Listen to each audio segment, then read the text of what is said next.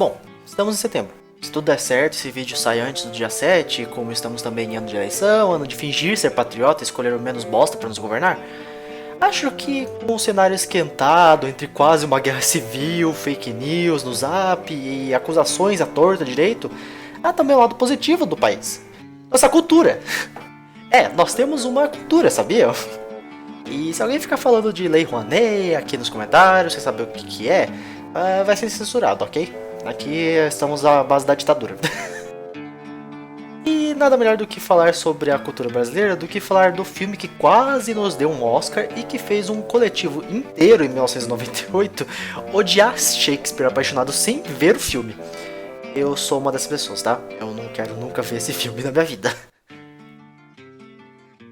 Central do Brasil. No entanto, apesar de todo o clamor que ele tem, ele na verdade é uma história bem simples. Uma personagem cascadura, suavizando suas barreiras devido à presença de uma criança na sua vida. Mas é nessa simplicidade de plot que dá margem para expandir tudo ao redor dela. E com isso eu quero dizer os personagens multifacetados e a cultura do mundo que cerca os protagonistas, havendo um grande foco de caracterização sutil da cultura sertaneja no nordeste do país. Não tem como sair de Central do Brasil sentindo que você não vivenciou como era o dia a dia do povo comum nos anos 90. Tudo nele, os ônibus, as locações, as paradas em beira de estrada, animais e o povo brasileiro. Ah, que filme bonito! E isso, claro, falando superficialmente dele, porque eu nem falei da história que ele carrega, que é tão tocante quanto a delicadeza da sua cinematografia. Bom, já que eu comentei aqui, agora, então vamos começar por ela realmente. Pra quem não sabe, o filme acompanha a Isadora, ou Dora para os íntimos, uma escrevedora de cartas para as pessoas analfabetas. Dora é uma professora aposentada que já viveu e perdeu muito no passado, a tornando uma pessoa casca grossa, vivendo todos os dias como se fosse um saco. Seu trabalho mesmo é escrever essas cartas e prometer às pessoas que iria colocá-las no correio. Mas no fim do dia, ela e sua amiga, vizinha, a Irene, ela é chamada e começam a selecionar as cartas e começam a rasgá-las ou a colocá-las na gaveta, que jamais são enviadas. Dora realmente é uma pessoa deplorável do início, até que o destino coloca um garoto de 9 anos em sua sem graça vida. Josué, um garoto nada amistoso de início, quase como um cachorrinho judiado que ataca antes de aceitar ajuda. Ele é bem boca suja e não abaixa a cabeça para qualquer um, mas que na verdade só serve como uma forma de defesa, pois já com tantos poucos anos de vida ele também perdeu bastante, principalmente seu pai, que jamais o conheceu. Algo que digamos que é bem comum aqui no Brasil ainda. Então Dora e Josué começam sua jornada, e aqui não vou falar muito para não dar spoilers para quem ainda não assistiu, mas Central do Brasil é simples e quando você termina vai se sentir como bastante orgulho de estar em um país tão rico e belo de cultura e tão desvalorizado. Claro, ele não é bonito a todo momento. Temos exemplos dentro do filme de como o nosso país não é fácil. Um exemplo seria a cena do ladrão sendo assassinado pelo segurança do metrô por ter roubado, sendo tratado como mais um dia dessas pessoas. Se não foi o suficiente para te convencer que esse filme é bom, acho que vou ter que dar um pouco de spoilers e fazer uma comparação direta com um jogo aclamado por todos do meio. No início temos os nossos personagens principais, dois amargos com a vida devido aos seus traumas do passado, o qual realizam trabalhos questionáveis para se manterem vivos em uma realidade dura e difícil para eles. Até que, repentinamente em seu caminho, os protagonistas encontram uma criança com boca mais suja que esgoto e língua mais afiada que espada. E, apesar do protagonista tentar se livrar da criança diversas vezes, se recusando em diversos momentos a continuar com ela, ambos partem nessa jornada para o objetivo final atrelado a essa criança, a muitos quilômetros de onde eles estavam. Assim, eles precisam cruzar o país passando por diversos problemas e adversidades, ocasionados por circunstâncias do destino, por conta da criança ou pelos próprios protagonistas fazendo merda. Mas aos poucos o laço entre eles se fortalece e aos poucos uma amizade genuína entre eles se forma. Até que eles chegam no destino, o qual acham ser o correto, mas não era. E lá os protagonistas acabam passando mal, havendo necessidade de a criança zelar pelo protagonista, fortalecendo e consolidando mais ainda o laço que eles possuem. E no final, quando a jornada está prestes a acabar, os protagonistas oferecem para retornarem ao ponto de origem com a criança, pois não tinham uma certeza se no final daria certo para eles. Mas dá certo. eles chegam ao destino atrelado a essa criança e lá o protagonista toma uma decisão. Uma positiva e outra negativa. Mas enfim. Se isso não te convencer a esse filme ou a jogar The Last of Us, eu desisto. Mas para as pessoas que querem uma análise mais profunda desse filme, vamos falar primeiramente de nossa destemida e aposentada protagonista. Vamos falar de Dora.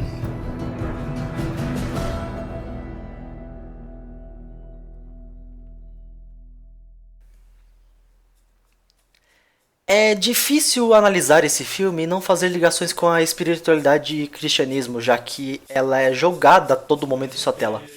Até se colocarmos em termos mais manipulativos, a jornada é de uma mulher procurando Jesus e achando sua redenção no caminho. Isso é, se você quiser realmente forçar a barra, como eu fiz anteriormente comparando com o The Last of Us. Mas ignorar por completo o cristianismo é um desserviço até mesmo com nossa cultura miscigenada.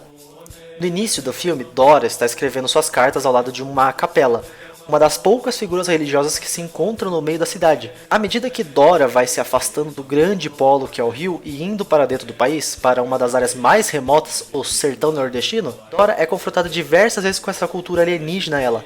Até o momento ela ri, pois aquilo era tão estranho e absurdo para ela que apenas com Josué ao seu lado ela pode finalmente se abrir para essa cultura assim. É claro, a realidade histórica do catolicismo é outra. Todos nós sabemos que a igreja utilizou o cristianismo como ferramenta de controle étnico aqui no Brasil, destruindo e acabando com a cultura nativa e africana dos povos que vieram para cá. No entanto, tendo essa realidade aqui para nós, as críticas que eu tenho à igreja não é para a religião em si, e sim para a instituição igreja cristã. Tem diferença? Óbvio que tem. Igreja e instituição religiosa seriam compostas por líderes religiosos que regem os dogmas a serem seguidos pelos seus fiéis. O Papa, padres, pastores, são tudo instituição religiosa. E hoje em dia até alguns políticos são líderes religiosos, mas enfim. Enquanto isso, a religião é uma condição individual que cada um crê naquilo que quiser baseando-se na fé. Cada um possui a sua religião e ela afeta diretamente aquilo que é espiritual para a pessoa. Em alguns casos até mesmo a ciência pode ser vista como religião, onde as pessoas seguem ela de maneira cega e não veem mais o propósito da ciência como algo para questionar, e sim como base para suas próprias crenças. Então acaba se tornando de certa forma a religião da pessoa. Mas enfim, tudo que fortalece o espírito não deve ser visto como maléfico, desde que não haja uma invasão da vida do outro. Acredite no que quiser, desde que não se deixe levar por charlatões prontos para se aproveitarem dessas suas crenças para o mal. Mas voltando para Dora. De início, tudo em sua vida é frio e duro. Ela não passa de mais uma que vive seus dias no automático, não vendo mais o propósito do seu trabalho. Ela apenas escreve essas cartas e mesmo que as pessoas a questionem no destino delas, ela mente e culpa outros fatores e não a si mesma. E a justificativa dela sempre é que ela sabe o que é melhor para os outros. Um claro mecanismo de defesa dela, pois se ela aceitasse que na realidade o que ela está fazendo é errado, Dora negará uma crença nuclear muito importante para ela mesma. A crença de que o pai dela a abandonou por ser um bêbado, e isso acontece com todas as pessoas ao seu redor. Se ela desafiar a sua crença, Dora admitirá que ela foi vítima de algo hediondo e que somente ocorreu com ela por destino. Então admitir para si que isso acontece com todos facilita que sua mente, que na verdade faz parte e não é algo para se culpar. Isso é, até Josué aparecer. Quando a mãe de Josué morre, Dora é a única pessoa que o garoto conhecia e por isso ele começa a segui-la. E não sei exatamente o que fez querer ajudar Josué levando-o para casa. Talvez o segurança tenha falado algo que a preocupou, mas isso é deixado em aberto. Mas o que importa é a atitude dela. Sendo essa atitude o primeiro momento Save the Cat dela acontecendo dentro do filme em mais ou menos 15 minutos. E o que seria esse movimento? Bom, nesse livro aqui é dito que esse momento é algo base para todas as histórias. É o momento em que o protagonista mostra o que ele é de verdade, nos fazendo torcer por ele, e a atitude de Dora nesse momento é justamente o momento Save the Cat que nos faz querer torcer por ela. Mas logo ela tem uma recaída e várias outras recaídas. Dora tenta se livrar de Josué, assim como ela foi abandonada quando era criança. Isso pode ser visto como algo revoltante, mas também pode ser visto como a mente dela dizendo: Eu não morri, eu tô aqui e tô bem, não tô? Um clássico que todos os adultos de antigamente usam para justificar os traumas que sofrem. Mas a culpa consome Dora. Irene mesmo apontou pra cara dela e mostrou pra ela que aquilo que ela fez foi errado. Então, ela não deixa somente justificar suas ações. E mais um momento ocorre de Save the Cat. Dois, aliás. Ela decidindo salvar José e ela decidindo ir com ele até a casa do pai. E assim eles partem. Dora, porém, vai várias vezes negar ajudar o garoto e negar que está se aproximando dele. Pois ela quer negar que ela hoje em dia está bem. Aceitar Josué é aceitar que falharam com ela no passado e que ela é o produto de anos de trauma e que se tivesse feito algo com ela na idade em que perdeu sua mãe ou seu pai, ela não seria o que é hoje. Mas não é bem assim. Josué mostra pra ela que dentro há um coração pronto para amar e ser amado de volta. E que ela pode se permitir novamente ser feliz ainda, mesmo que depois de anos vivendo esse trauma, ela volta para o rio sozinha no final. Mas ela volta mudada. Melhor, em um dos arcos de redenção mais lindos e tocantes de todos que eu já experimentei na minha vida. Mas é claro que para falar desse arco, ainda precisamos falar daquilo que ocasionou esse estopim. Então vamos falar do segundo protagonista um pouco.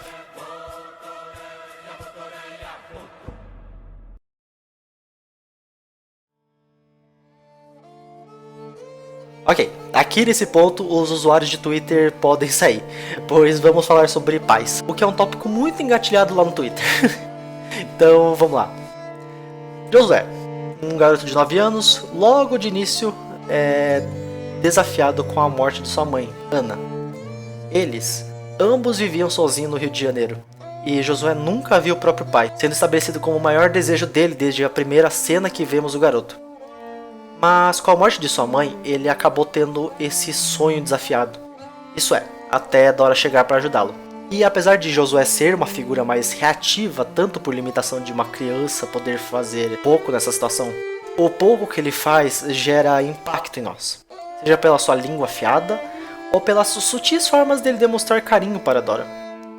O impacto, porém, da ausência paterna, e com figura paterna eu falo alguém que faça o papel de pai, podendo ser homem ou mulher, gera na criança uma dificuldade em conseguir manter vínculos, além de características como desrespeito pelo outro, problemas na autoconfiança, independência, flexibilidade, criatividade e espontaneidade, o que gera uma consequência, transtornos psicológicos, desamparo e sensação de inadequação, além de gerar crises de identidade, pois não conseguem ter uma visão positiva de si mesmos e até mesmo do mundo. É evidente que as crianças criam fantasias acerca dessa ausência ou distanciamento, tais como, por exemplo, de não serem amados e desejados, assim comprometendo sua autoestima e a confiança em si. Isso são só algumas consequências dessa ausência que podem afetar Josué ou tantas crianças assim no nosso país. É uma realidade e esses traumas continuam não só para os filhos, mas também para os netos e bisnetos, se não forem tratados o mais cedo possível. O meu pai mesmo. Meu pai, ele perdeu o pai dele com 1 ano de idade. E ele foi deixado sozinho com a mãe dele, agora viúva, e com mais 6 irmãos, sem uma figura paterna para poder guiá-los. E, bom, consequência disso, ele foi obrigado a crescer muito cedo, começando até mesmo com engraxate, enfim. Hoje em dia, ele tá muito bem, muito bem. Ele teve muita sorte, ele foi abençoado até, eu não sei se tem alguma força assim. Mas hoje ele tá tão bem que quando você vê ele, você acha que ele não teve nada no passado. Mas ainda assim é notável, não só nele, mas em nossa família inteira, que é a falta dessa figura paterna gerou cicatrizes muito profundas que vão ser muito difíceis de ser tratadas. E isso eu falo não só pra mim ou pra ele, eu falo pra nossa família inteira. E a perda do meu avô, que eu nunca cheguei a conhecer, afeta todo mundo diretamente até hoje. E se afeta nós, como família, hoje em dia, eu imagino o que deve acontecer com tantas outras crianças que não têm uma figura paterna estável ou presente até mesmo. Tantos pais aí abandonando filhos. E bom, não tem muita coisa que a gente possa fazer. que nos resta é apenas perseverar e tentar fazer o melhor possível disso. Ou então sucumbir e ir para um lugar pior que antes. O que nós esperamos que não aconteça.